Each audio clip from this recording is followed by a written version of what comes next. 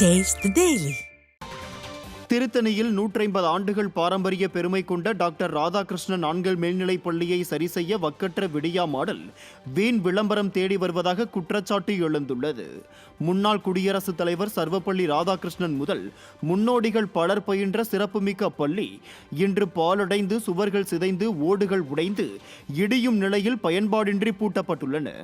இதனால் மாணவர்களின் கல்வி பாதிக்கப்படும் நிலையில் விடியா கல்வி அமைச்சர் அனைத்தையும் சரி செய்வதாக விளம்பரம் மட்டும் விட்டு சென்றார். இந்த நிலையில் பள்ளிக்கு வந்த மாவட்ட ஆட்சியரோ பொதுமக்கள் முன்னிலையில் ஆசிரியர்களை அவமரியாதையாக திட்டும் வீடியோ வெளியாகியுள்ளது. இதை கண்ட பொதுமக்கள் பாரம்பரியம் அழிந்தாலும் பரவாயில்லை, விளம்பரம் மட்டுமே சரியாக இருக்கணும் என்பதே விடியா மாடல் சிந்தனை என்று குற்றம் சாட்டுகின்றனர். கள்ளக்குறிச்சி மாவட்டம் சங்கராபுரம் அருகே நேரடி நெல் கொள்முதல் நிலையத்தில் 50 நெல் மூட்டைகள் கொள்ளை போனது.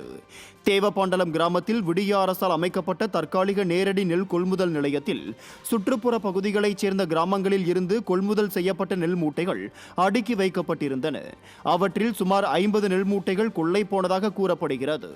இதனால் அச்சமடைந்துள்ள விவசாயிகள் அந்த நேரடி நெல் கொள்முதல் நிலையத்தை புறக்கணிக்க தொடங்கியுள்ளனர். இதை கண்டு ஸ்டாலின் ஆட்சியில் பொன்னையும் பாதுகாக்க முடியவில்லை, நெல்லையும் பாதுகாக்க முடியவில்லை என மக்கள் குற்றம் சாட்டுகின்றனர்.